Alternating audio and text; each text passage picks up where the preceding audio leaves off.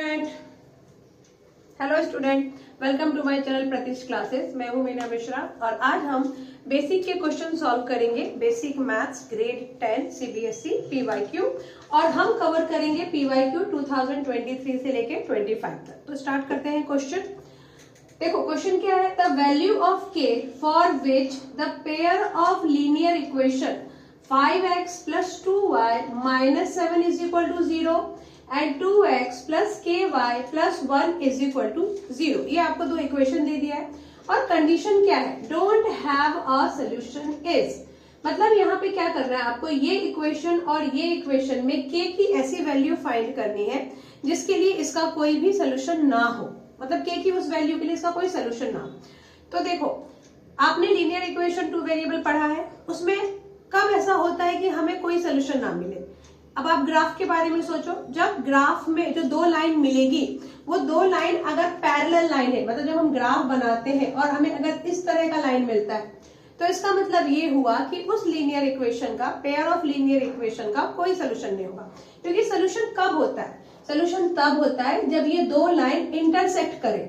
तो ये जो इंटरसेक्टिंग पॉइंट है वही आंसर आता है ना, वो x और y की वैल्यू होती है and that is the solution of linear equation. लेकिन अगर ये लाइन इंटरसेक्ट करे ही ना, ये ऐसा पैरेलल जाए, तो पैरेलल जाएगा मतलब कोई सोल्यूशन नहीं होगा। यानी अगर ये कोई सोल्यूशन मुझे नहीं चाहिए ऐसा गिवन है, इसका मतलब यहाँ पे कौन सी कंडीशन लगानी होगी कि line is not parallel.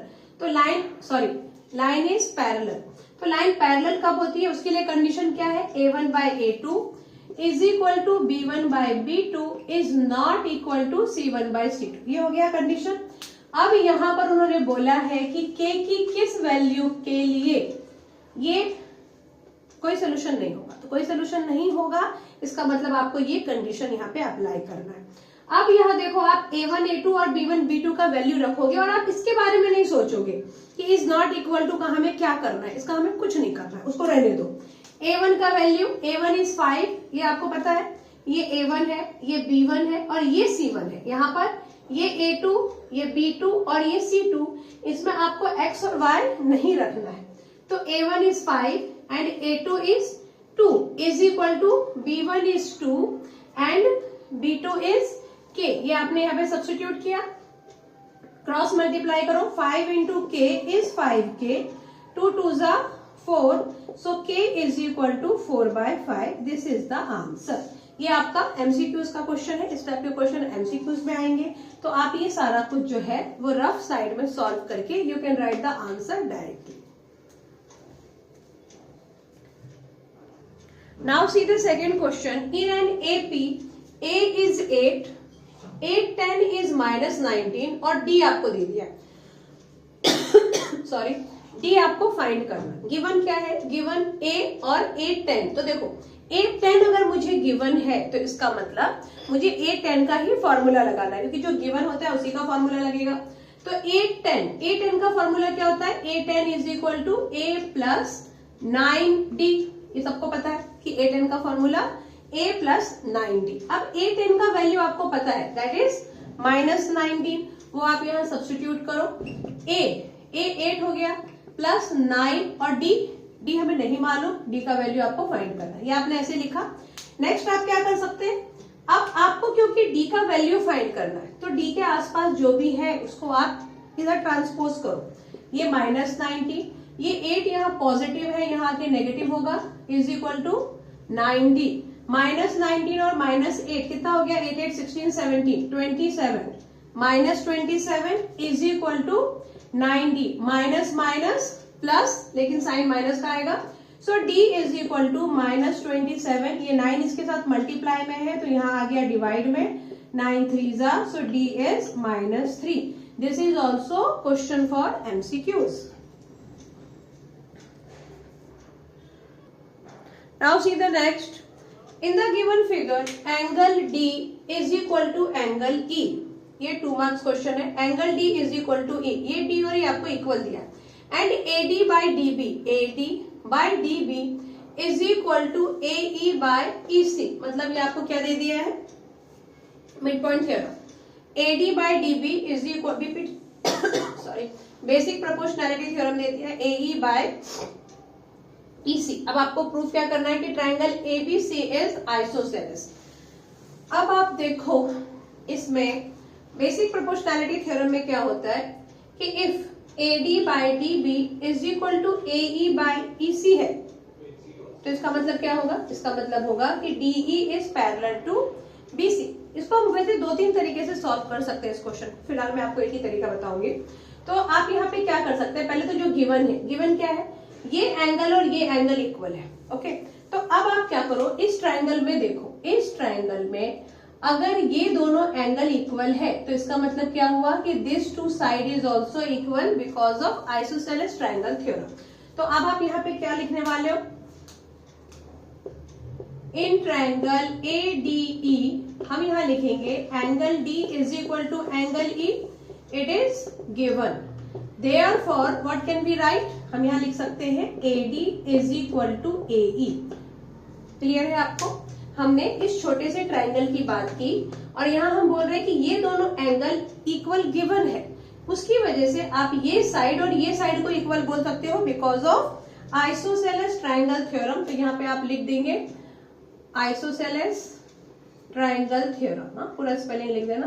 Okay, so AD is equal to AE हो गया। अब आप देखो आपको और क्या गिवन था, AD by DB is equal to AE by EC। अच्छा, हम इतना ये सब क्यों कर रहे हैं, ये सब हम इसलिए कर रहे हैं क्योंकि मैं ये प्रूफ करना चाहती हूँ कि एंगल B और एंगल C भी इक्वल है।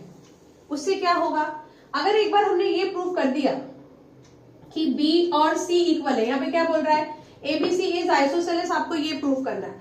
तो अगर आपने ये AB is equal to AC ये हमें प्रूफ करना है, अगर हमने ये प्रूफ कर दिया तो उससे हो जाएगा कि आइसोसेलेस ट्राइंगल है। आइसोसेलेस ट्राइंगल में क्या होता है, दो साइड इक्वल होते हैं। तो AD by DB is equal to AE by EC। अब आप यहाँ पर देखो कि AD और AE इट इज इक्वल, यहाँ दिया हुआ है, तो आप इसको कैंसिल कर सकते हो। इसको कैंसिल कर दिया तो क्या हो जाएगा, क्रॉस मल्टीप्लाई करने से यहाँ 1 आया और आप लिख सकते हैं EC is equal to DB। EC is equal to DB मतलब हमने यहाँ ये लिख दिया कि AD और AE तो इक्वल है और साथ में क्या इक्वल है, DB is equal to EC। तो अब आप क्या करो, it can be equation 1 and this is equation 2।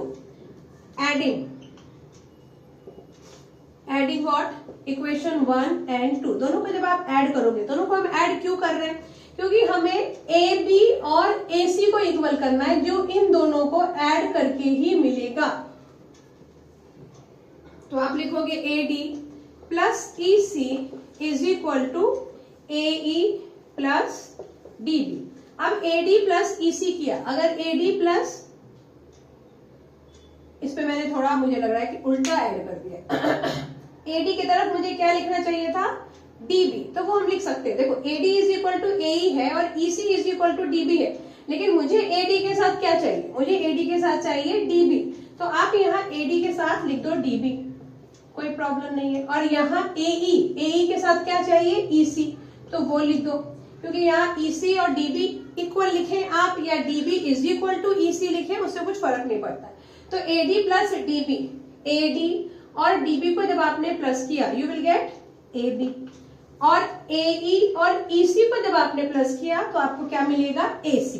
तो क्या मिल गया आपको, आपको मिल गया AB is equal to AC। अब ये दोनों साइड इक्वल है, इसका मतलब क्या हुआ, triangle ABC is isosceles triangle.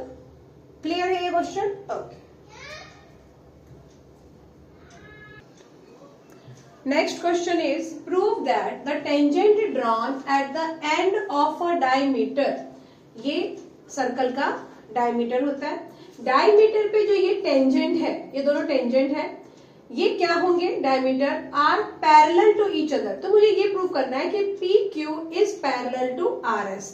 अब अगर दो लाइन को मुझे पैरेलल प्रूव करना है, इसका मतलब कि जो पैरेलल लाइन की और ट्रांसवर्सल लाइन की प्रॉपर्टी है, अगर आपको कभी भी दो लाइन पैरेलल प्रूव करना है, मतलब आपको या तो ये प्रूव करना है कि उसके अल्टरनेट एंगल इक्वल है, या आपको ये प्रूव करना है कि उसके जो इंटीरियर एंगल है उसका टोटल 180 है, या आपको ये प्रूव करना है कि कॉरेस्पॉन्डिंग एंगल्स इक्वल है।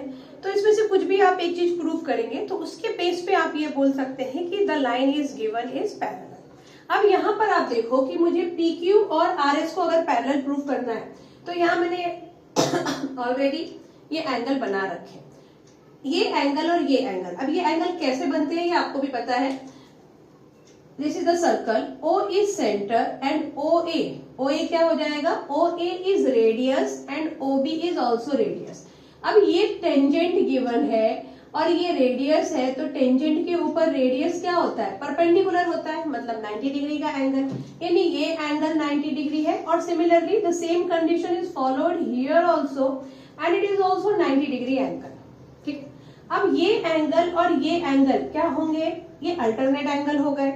क्योंकि अल्टरनेट एंगल इक्वल है इसलिए आप बोल सकते हैं कि this PQ is parallel to RS। तो ये जो कहानी मैंने अभी आपको सुनाई, यही सारी कहानी हम यहाँ लिखने वाले हैं।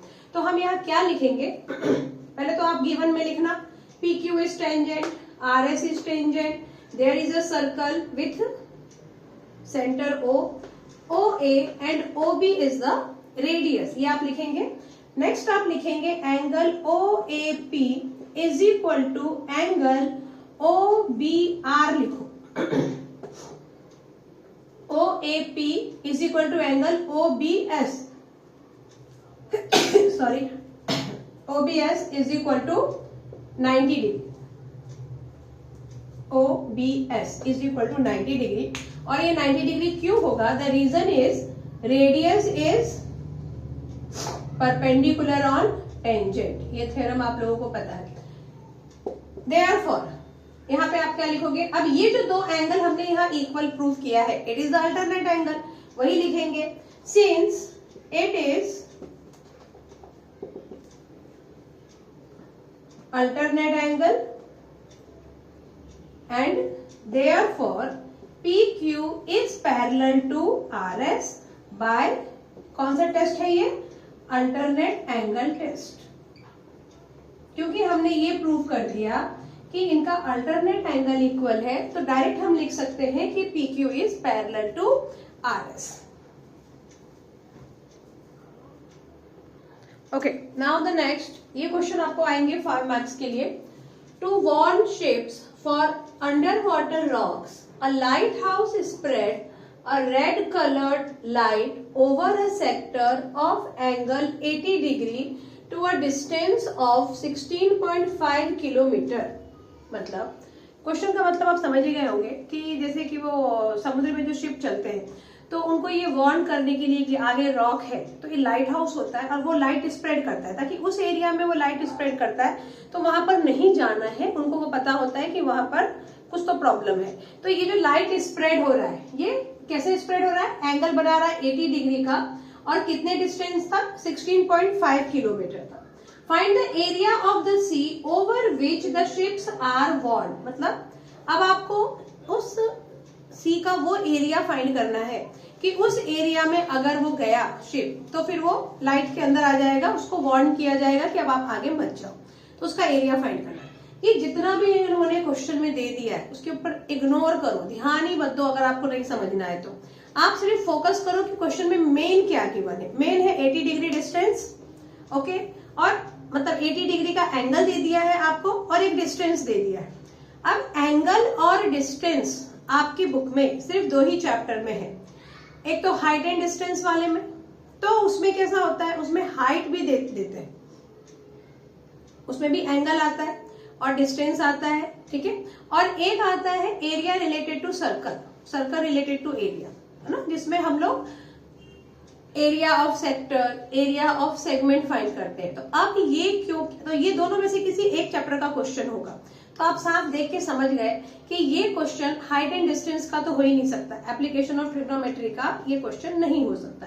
तो ये किसका हो सकता है फिर, area related to circle 80 degree. अच्छा, यहाँ पर ये देखो, find the area of the C. अब वैसे भी हम इससे भी क्लिक हो जाएगा हमको कि यहाँ पे एरिया पूछा है, तो एरिया किस में पूछते हैं, हाइट एंड डिस्टेंस वाले में। एप्लीकेशन ऑफ ट्रिग्नोमेट्री का जो चैप्टर है उसमें तो एरिया पूछते ही नहीं, उसमें हाइट ऑफ टावर या हाइट ऑफ और क्या था उसमें, बिल्डिंग या डिस्टेंस बिटवीन टू कार, ये पूछते हैं। अगर एरिया पूछा है तो एरिया रिलेटेड टू सर्कल, उस चैप्टर का ही ये क्वेश्चन है, तो आपको बाकी कुछ भी नहीं देखना है यहाँ पे आपको, क्योंकि एरिया पूछा है तो आप किसका फॉर्मूला लगा देंगे, एरिया ऑफ सेक्टर का।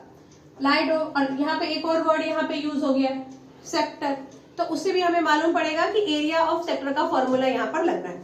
तो पूरे क्वेश्चन में आपको बस अपने काम की चीज देखनी है, एरिया है, सेक्टर है कि सेगमेंट है, बस। उसके अलावा कोई भी कहानी लिखी हुई हो उसको बस इग्नोर करो। तो यहाँ पर हम फॉर्मूला लगा देंगे एरिया ऑफ सेक्टर का। तो एरिया ऑफ सेक्टर का फॉर्मूला क्या है, थीटा बाय 360, और क्योंकि यहाँ पे एरिया वर्ड यूज हुआ है तो फॉर्मूला है पाई आर स्क्वायर। अगर लेंथ ऑफ आर्क फाइंड करते हैं तो वहां पे क्या फॉर्मूला आता है, 2 पाई आर। अब यहाँ सारी वैल्यू भी आपको गिवन है, थीटा इज गिवन, थीटा क्योंकि एंगल है तो 80 डिग्री जो है वो थीटा ही होगा, 360 हो गया।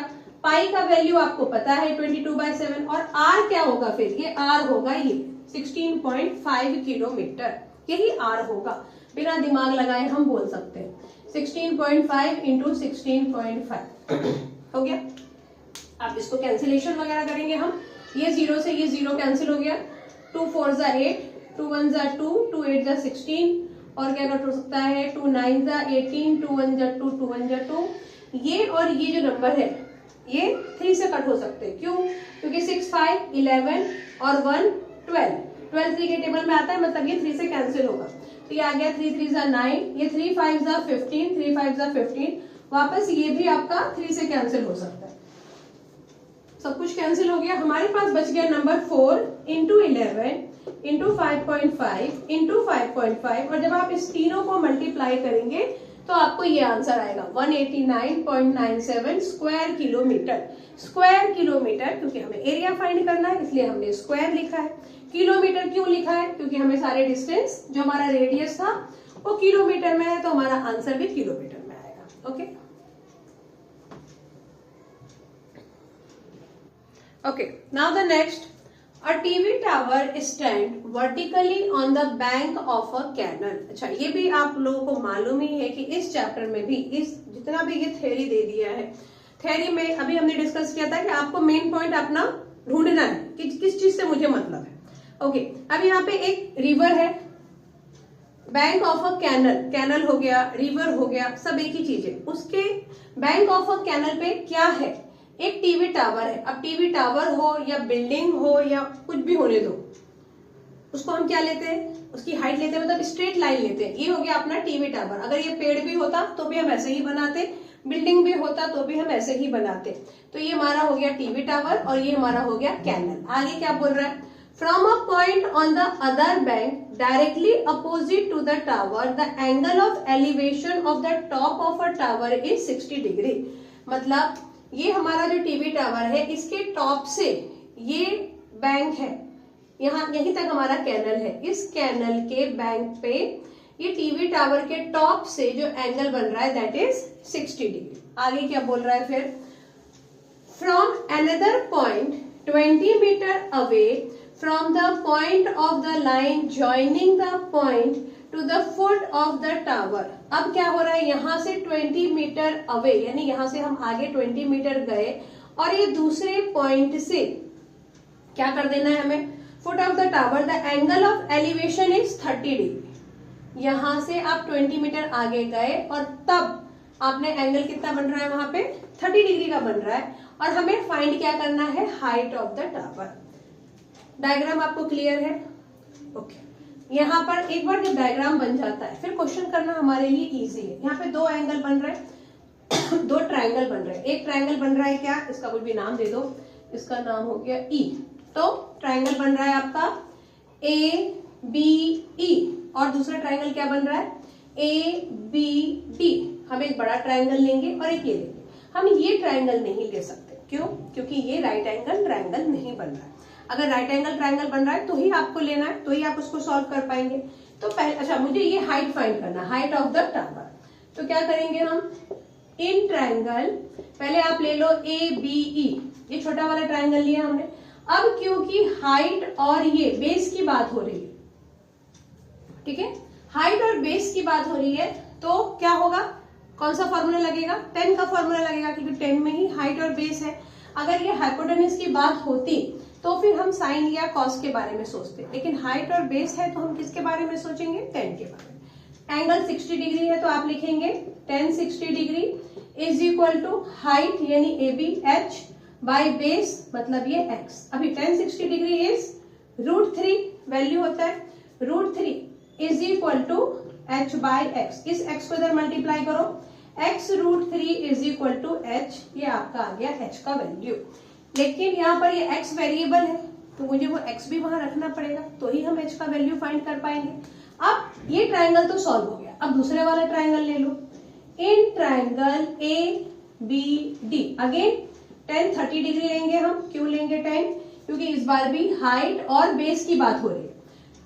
अगेन हाइट इज h, लेकिन बेस क्या है? इस बार बेस आप सिर्फ ये 20 नहीं लोगे, बेस आप ये लोगे पूरा, क्योंकि हम इस पूरे ट्राइंगल की बात कर रहे हैं। तो पूरा बेस अगर आपने लिया तो ये होगा 20 प्लस x, ठीक है। तो बेस आ गया 20 प्लस x। अच्छा, √3 का वैल्यू क्या होता है? √3 का tan 30 का वैल्यू होता है 1 by √3 is equal to h by 20 plus x। अब यहाँ पे आप क्या कर सकते हो, यहां से आप h की वैल्यू रख दो। h की वैल्यू क्या है? x √3, यहां रख दो, x √3 रख सकते हैं, या फिर हम x की वैल्यू भी रख सकते थे h बाय √3 और डायरेक्ट हम यहां से वो फाइंड कर लेते। ओके, फिलहाल ऐसा ही रख दो, ये इजी पड़ेगा आपको। तो यहां आपने लिखा 1 by √3 is equal to h के प्लेस पे क्या रख दिया? x √3 और नीचे क्या है हमारे पास? 20 प्लस x। अब क्या करेंगे आप? नेक्स्ट, इसमें और कुछ हो ही नहीं सकता है, इसको इससे मल्टीप्लाई करो, इसको इससे। 20 प्लस x को 1 से मल्टीप्लाई किया तो 20 प्लस x। √3 को x √3 से जब आप मल्टीप्लाई करोगे तो √3 मल्टीप्लाई बाय √3 देगा 3, और x से मल्टीप्लाई किया तो क्या आ जाएगा? 3x। क्योंकि मुझे x का वैल्यू फाइंड करना है, एक्चुअली फाइंड h करना है, लेकिन इस क्वेश्चन में वेरिएबल x है तो आपको x ही फाइंड करना है। x फाइंड करना है तो x को एक साइड लेके जाओ, तो 20 इज इक्वल टू x इधर आ गया minus x, 20 is equal to 3x minus x is 2x। So x is ये 20 और ये 2 यहाँ डिनोमिनेटर में, ये cancel, x is equal to 10। ये x जो 10 आ गया, इस 10 को आप कहाँ सब्स्टिट्यूट कर देंगे? यहाँ पर x √3 is equal to h जो था ना, यहाँ आप सब्स्टिट्यूट कर दोगे तो आंसर आ जाएगा 10 √3 इज इक्वल टू h। अच्छा, यूनिट क्या आएगा इसका? बाकी सब मीटर में दिया हुआ है तो ये भी आ जाएगा 10 √3 metre is height of the tower. Question समझ आ गया आपको? एक बार अगर आप डायग्राम बना पाते हैं तो फिर क्वेश्चन में कोई प्रॉब्लम नहीं। Okay, now the next, zeros of quadratic polynomial x square plus x minus 6 are alpha beta. Construct a quadratic polynomial whose zeros are 1 by alpha and 1 by beta. ये आपको पता है कि अल्फा बीटा को भी हम zero बोलते हैं। तो यहाँ पर क्या दिया है इन्होंने कि एक क्वाड्रेटिक पॉलिनोमियल आपको दे रखा है और बोला है कि इसका जो जीरो है वो अल्फा और बीटा है। अब आप एक और क्वाड्रेटिक पॉलिनोमियल फॉर्म करो, मतलब आप ऐसा ही एक और पॉलिनोमियल बनाओ।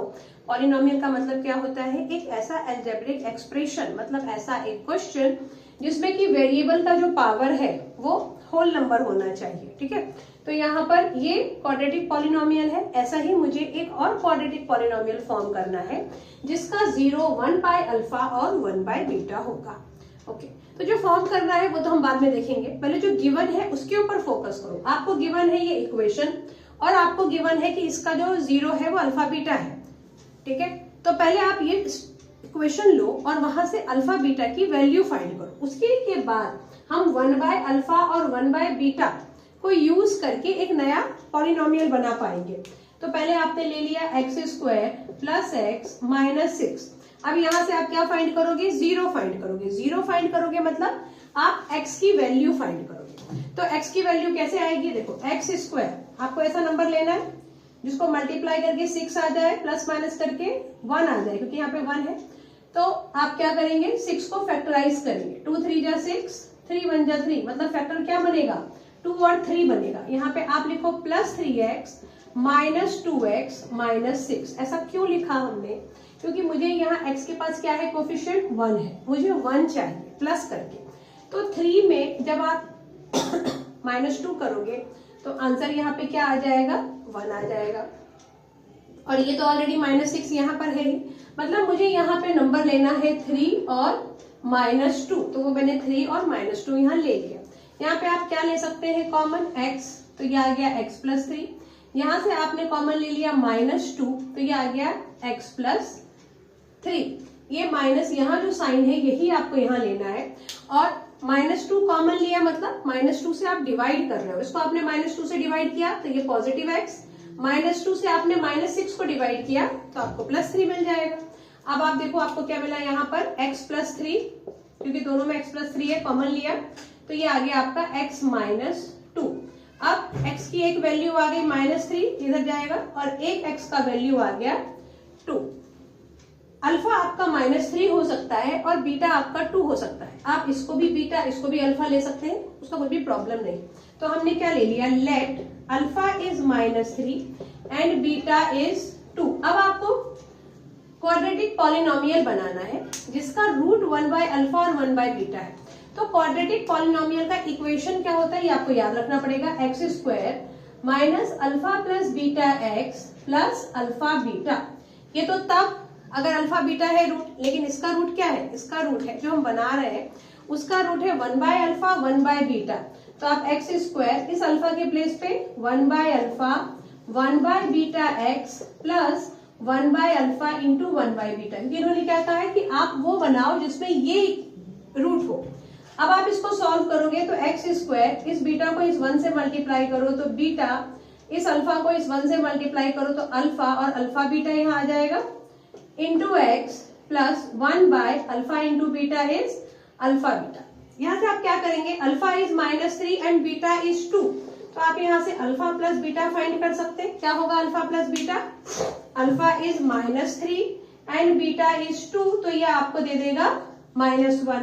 और अल्फा बीटा क्या होगा, -3 इंटू 2 दैट इज -6। यानी यहाँ पर आप अल्फा प्लस बीटा के प्लेस पे क्या रखेंगे, यहाँ x² माइनस है, अल्फा प्लस बीटा के प्लेस पे आप क्या रखोगे, -1।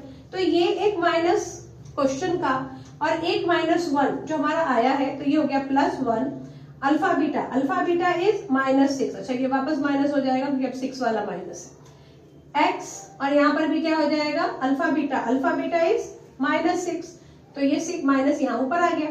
तो ये हमारा हो गया क्वाड्रेटिक पॉलिनोमियल जिसका की रूट क्या है, 1/अल्फा 1/बीटा। अच्छा इसी क्वेश्चन में थोड़ा एक चेंज भी हो सकता है, वैसे भी क्वेश्चन देखें, कंस्ट्रक्ट मतलब इक्वेशन आपको सेम दे दिया पॉलिनोमियल, आपको कंस्ट्रक्ट करना है quadratic polynomial whose zeros are 1/अल्फा 1/बीटा ना होकर, अगर ये होता कि 0 alpha plus 1 and beta plus 1 है, तो फिर आप क्या करेंगे, अल्फा प्लस 1 और बीटा प्लस 1 है, तो उस केस में क्या होगा, अल्फा प्लस, मतलब यहाँ जो मैंने 1/अल्फा और 1/बीटा लिखा है इसके प्लेस पे हम क्या लिख देंगे, यहाँ मैं दूसरा कर देती हूँ क्वेश्चन,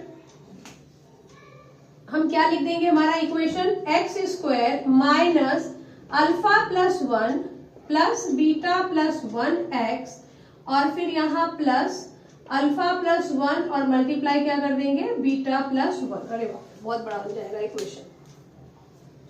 रूट क्या है, alpha plus 1 beta plus 1, alpha plus 1 beta plus 1, इन्हीं दोनों को मल्टीप्लाई भी करना है क्योंकि वही रूट है, सिंगल अल्फा नहीं लेना है, अल्फा प्लस 1 लेना है। अब आप इसको सॉल्व करो तो ये आ गया x² minus alpha plus beta, और ये क्या हो गया 1 प्लस 2x, और यहाँ आप इसको सॉल्व करेंगे तो ये क्या देगा, ये तो बहुत बड़ा इक्वेशन दे देगा, ये हो जाएगा alpha beta plus alpha into 1 is alpha, beta into 1 is beta plus 1 into 1 is 1 ना, अल्फा बीटा देखो ये, फिर अल्फा, फिर इसको बीटा, और 1 इंटू 1 इज 1।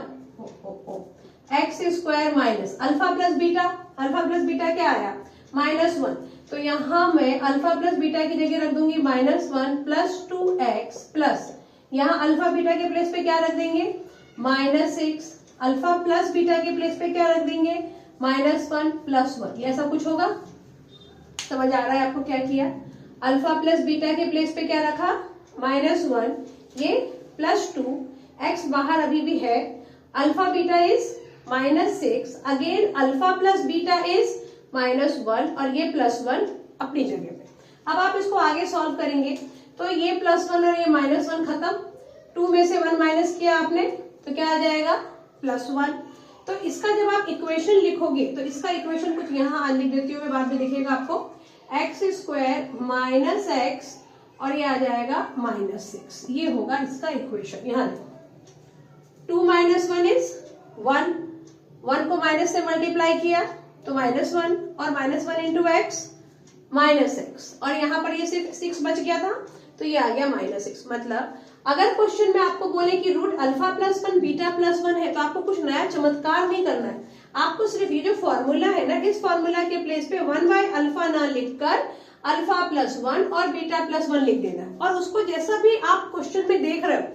अब यहाँ पर जब मैं अल्फा +1 और बीटा +1 लिख दूंगी तो मैं आगे क्या कर सकती हूँ, मैं आगे सिर्फ ये कर सकती हूँ कि अल्फा प्लस बीटा, क्योंकि ये ऐड नहीं होंगे, उसको एज इट इज लिखा, बट 1 और 1 तो हम ऐड कर सकते हैं ना, फिर हमने 2 लिख दिया, फिर अल्फा प्लस बीटा की हमने वैल्यू रख दी।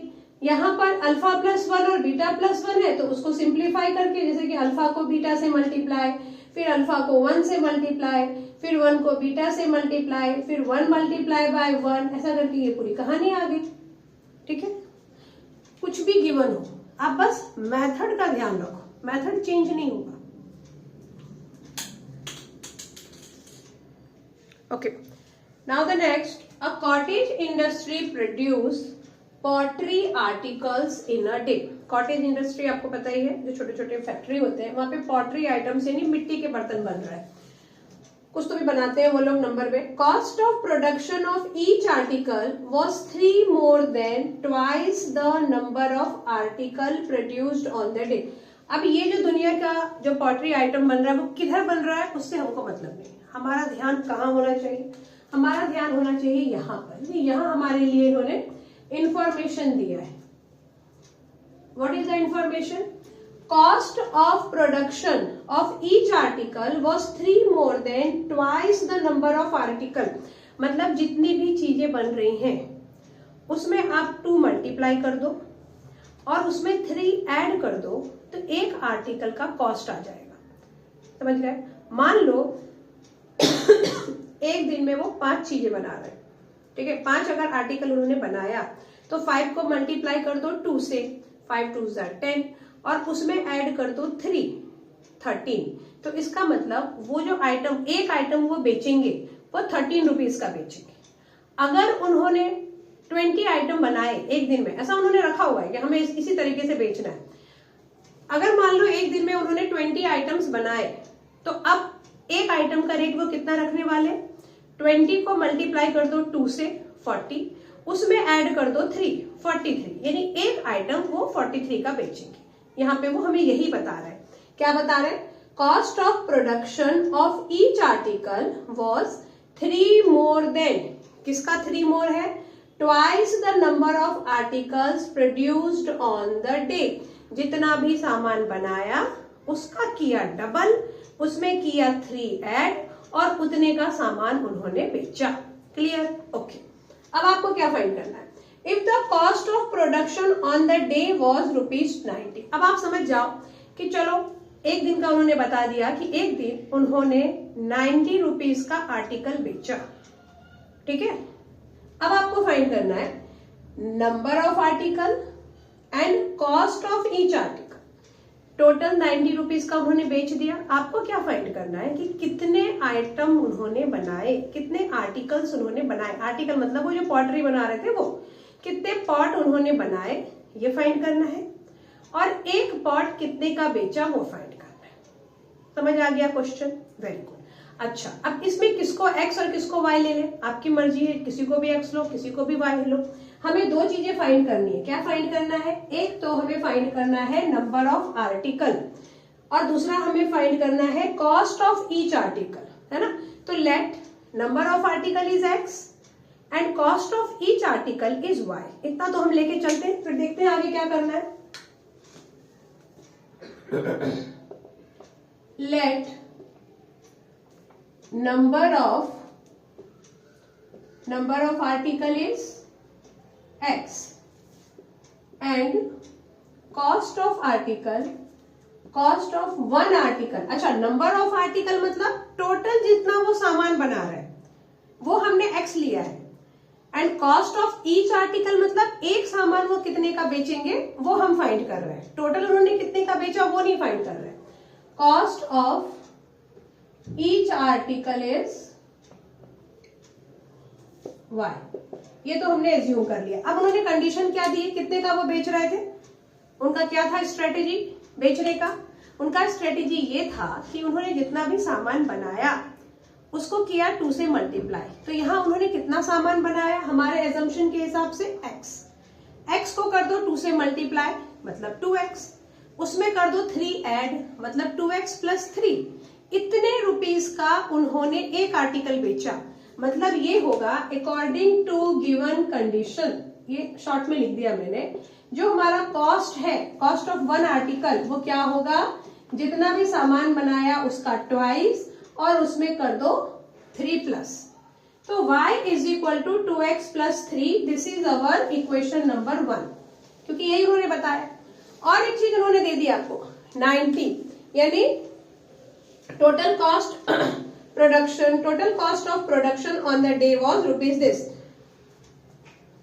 एक दिन में उन्होंने इतना सामान, इतने रुपए का सामान बेचा। तो अब यहाँ पे ये इक्वेशन आप कैसे सेट करोगे, क्या आप x प्लस वाई लिखोगे, x बाय वाई लिखोगे, x इंटू वाई लिखोगे, तो इसको वैसे समझते हैं। अच्छा देखो, अगर आप 5 पेन लेने गए, ठीक है, और 1 पेन का रेट है ₹10, तो 5 पेन का रेट कितना होगा, आपको चाहिए 5, एक पेन का रेट 10 रुपीज है, तो 5 पेन का रेट कितना होगा, 5 इंटू 10 है ना, 50 रुपीज।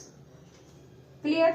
तो ये 5 पेन क्या है, number of total pen, 5 is total number of pen, ठीक है। यहाँ पे टोटल नंबर ऑफ आर्टिकल क्या है, x, 5 की जगह में x लिख देते हैं। Cost of each article is y, यहाँ पे कॉस्ट ऑफ 1 पेन कितना है, 10, उसके प्लेस पे हमने क्या लिया है, y, ओके। अब हमारा जो आंसर आ रहा है, एक पेन अगर आपने 5 रुपीज का खरीदा, सॉरी, एक पेन अगर आपने 10 रुपीज का खरीदा, तो 5 पेन खरीदने के लिए आप क्या करोगे, आप 5 को 10 से मल्टीप्लाई करोगे, then you will pay 50 rupees. तो आप समझ रहे हैं, यानी हम जितना भी सामान खरीदते हैं और एक सामान का जो भी रेट होता है, उन दोनों को हम करते हैं मल्टीप्लाई, वही हुआ है यहाँ पर। तो यहाँ 5 क्या था हमारा x और 10 क्या था y, मतलब यहाँ x और y आप मल्टीप्लाई करोगे, क्योंकि टोटल नंबर ऑफ कॉस्ट जो है वो मल्टीप्लाई करके आता है। ये आपको समझ गया होगा, और अगर नहीं समझ रहा है तो इस वीडियो के पार्ट को बार बार देखोगे तो आपको समझ जाएगा, क्योंकि ये वीडियो है तो एक ही चीज को बार बार समझाने की जरूरत नहीं है, आप उसको रिकैप करके देखते जाओ। ओके, तो यहाँ पे जो हमारा दूसरा इक्वेशन बनेगा that is xy is equal to 90। ये क्लियर है आपको, xy क्यों, x is number of article and y is cost of article. तो दोनों को जब आप मल्टीप्लाई करेंगे तभी टोटल प्राइस आता है। ओके, अब यहां से आप क्या कर सकते हो, x is equal to 90 by y कर सकते हो, y इधर आ जाएगा, इट कैन बी इक्वेशन 2, और इसको आप सब्स्टिट्यूट कर दो इक्वेशन 1 में, ठीक है, क्योंकि यहाँ पे ये xy के फॉर्म में था, इसलिए इस क्वेश्चन को आप इसी मेथड से सॉल्व करो। यहाँ पे एलिमिनेशन मेथड नहीं होगा, यहाँ सब्स्टिट्यूशन मेथड ही होगा, ठीक है। तो अब आप इस 90 बाय y को कहाँ रखोगे, x के प्लेस पे रख दोगे, तो ये y तो ऑलरेडी है ही, y is equal to 2, x के प्लेस पे मैंने रख दिया 90 by y plus 3 is equal to 0। अब इसको थोड़ा और सॉल्व करेंगे, उसके पहले बोर्ड रब कर ले। तो हमने क्या देखा, y is equal to 2x plus 3, equation number 1, xy is equal to 90, फिर x इज इक्वल टू हमने 90 बाई y किया, और फिर इस x की वैल्यू को यहाँ सब्स्टिट्यूट किया, x के प्लेस पे क्या लिख दिया 90 बाई y प्लस 3 तो था ही। अब इसके आगे मैंने ये सॉल्व किया है कि इस y को इस y से मल्टीप्लाई किया, y स्क्वायर, ये y इससे भी मल्टीप्लाई होगा, ठीक है। इससे नहीं होगा क्योंकि इसके पास ऑलरेडी y है, सिर्फ इसके और इसके पास नहीं है, तो इसलिए हम उसको y से मल्टीप्लाई करेंगे। ये 90 टू जा 180 और ये y को जब आपने इससे मल्टीप्लाई किया 3y, अभी y क्योंकि इतनी जगह बट गया है तो y खत्म हो गया, कितना बचेगा वो y square is equal to 180 plus 3y, इसको ट्रांसपोज कर दो दिस साइड तो 3y पॉजिटिव नेगेटिव बन गया, 180 इधर माइनस आ गया इज इक्वल टू 0। ये हमारा आ गया क्वाड्रेटिक इक्वेशन। अब इसको हम करेंगे सॉल्व, फैक्टराइजेशन मेथड से हो सकता है। इस टाइप के जो क्वेश्चन होते हैं ना जिसमें आपको नंबर ऑफ आर्टिकल फाइंड करना है, मतलब आपको पता है कि होल नंबर ही आने वाला है, तो आप यहाँ पर फैक्टराइजेशन मेथड यूज कर सकते हैं। अभी 180 को क्या कर दूं मैं, पहले फैक्टराइज कर दूं ताकि मुझे वो फैक्टर मालूम पड़ जाए। 180 को जब आप फैक्टराइज करोगे तो 2 9 जा, फिर ये 245, फिर ये आ गया 3 से, 3 1 जा, 3 5 जा, फिर 3 से 3 5 जा और फिर आ गया 5 से। और फिर अब आप क्या करोगे, अब आप इसको करोगे ग्रुप और 2 का ग्रुप बनाओगे और ऐसे 2 नंबर ढूंढोगे जिसको कि ऐड करके आपको क्या मिल जाए -3। ऐड करके -3 कैसे मिलेगा अभी समझेंगे आप। तो हम ले सकते हैं 2 2 जा 4, 4 3 जा 12 एंड 5 3 जा 15, मतलब एक मैंने ये ग्रुप बनाया और एक ये ग्रुप बनाया। 2 2 जा 4, 4 3 जा 12 और एक ले लिया 5 3 जा 15।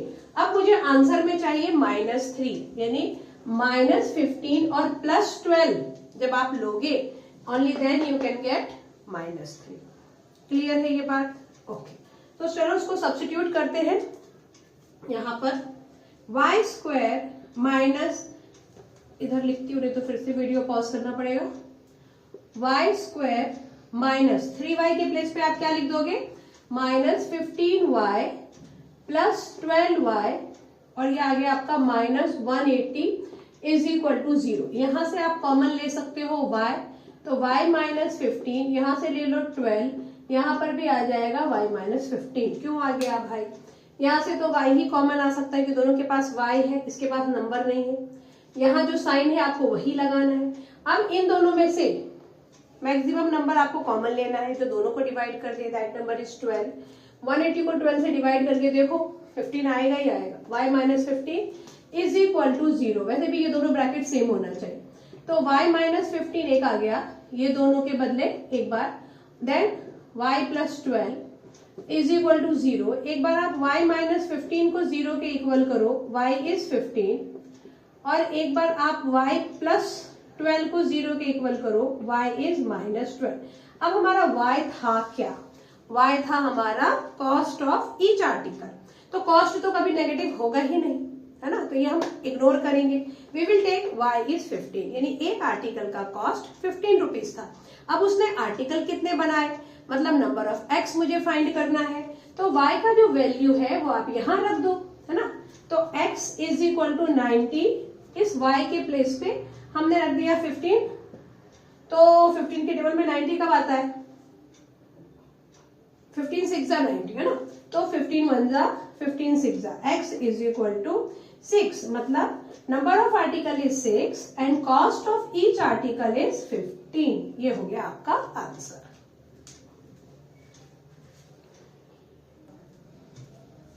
तो आज के लिए बस इतना ही। इन सारे क्वेश्चंस की आप प्रैक्टिस करिए, बहुत जल्द हम बाकी के और भी क्वेश्चन सॉल्व करेंगे। Thanks for the watching.